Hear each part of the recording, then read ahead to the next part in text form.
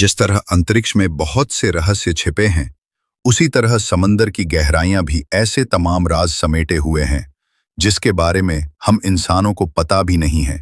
Indonesia में समुद्र में कई फीट अंदर एक ऐसा ही रहस्यमयी इतिहास मिला है जिसे जाकर आप चौंक जाएंगे।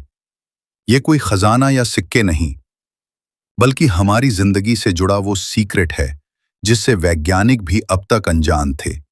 इस खोज की शुरुआत 2011 में हुई, जब पूर्वी जावा के पास मदुरा स्ट्रेट में समुद्र की रेत निकालने का काम चल रहा था।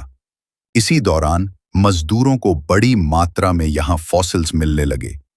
इन जीवाश्मों में से 6000 से ज्यादा कंकाल शामिल थे। इनमें कोमोडो ड्रैगन, जंगली भैंसे, हिरण और स्टेगोडॉन नाम के विशालकाय हाथी जैसे जानवरों के अवशेष भी थे। सबसे चौंकाने वाली बात यह थी कि इसमें 2 इंसानी खोपड़ियों के टुकड़े भी मौजूद थे।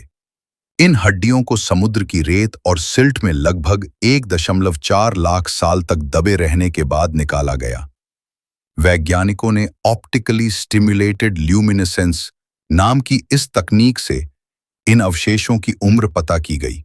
इससे यह भी साफ हुआ कि ये इलाका कभी एक विशाल नदी घाटी था जो पुराने सोलो नदी तंत्र का हिस्सा रही होगी। वहां पाए गए जानवरों और इंसानी अवशेषों से साफ है कि ये इलाका कभी हरियाली और जानवरों से भरा हुआ था। दिलचस्प बात यह भी है कि कई जानवरों की हड्डियों पर काटने के साफ निशान मिले हैं, जो बताता है कि होमो इरेक्टस लोग न केवल शिकार करते थे, बल्कि जानवरों को काटने और मांस निकालने के लिए औजारों का इस्तेमाल भी करते थे। सुंडा लैंड, जो अब समुद्र में डूब चुका है, उस समय एक बड़ा भूभाग था जो दक्षिण पूर्व एशिया के कई हिस्सों को जोड़ता था। वैज्ञानिक मानते हैं कि करीब 14,000 से 7,000 साल पहले समुद्र का स्तर 120 मीटर तक बढ़ा, जिससे ये क्षेत्र पानी में डूब गया। ये खोज एक संयोग से शुरू, लेकिन आज ये मानव विकास के इतिहास में एक महत्वपूर्ण अध्याय बन गई है।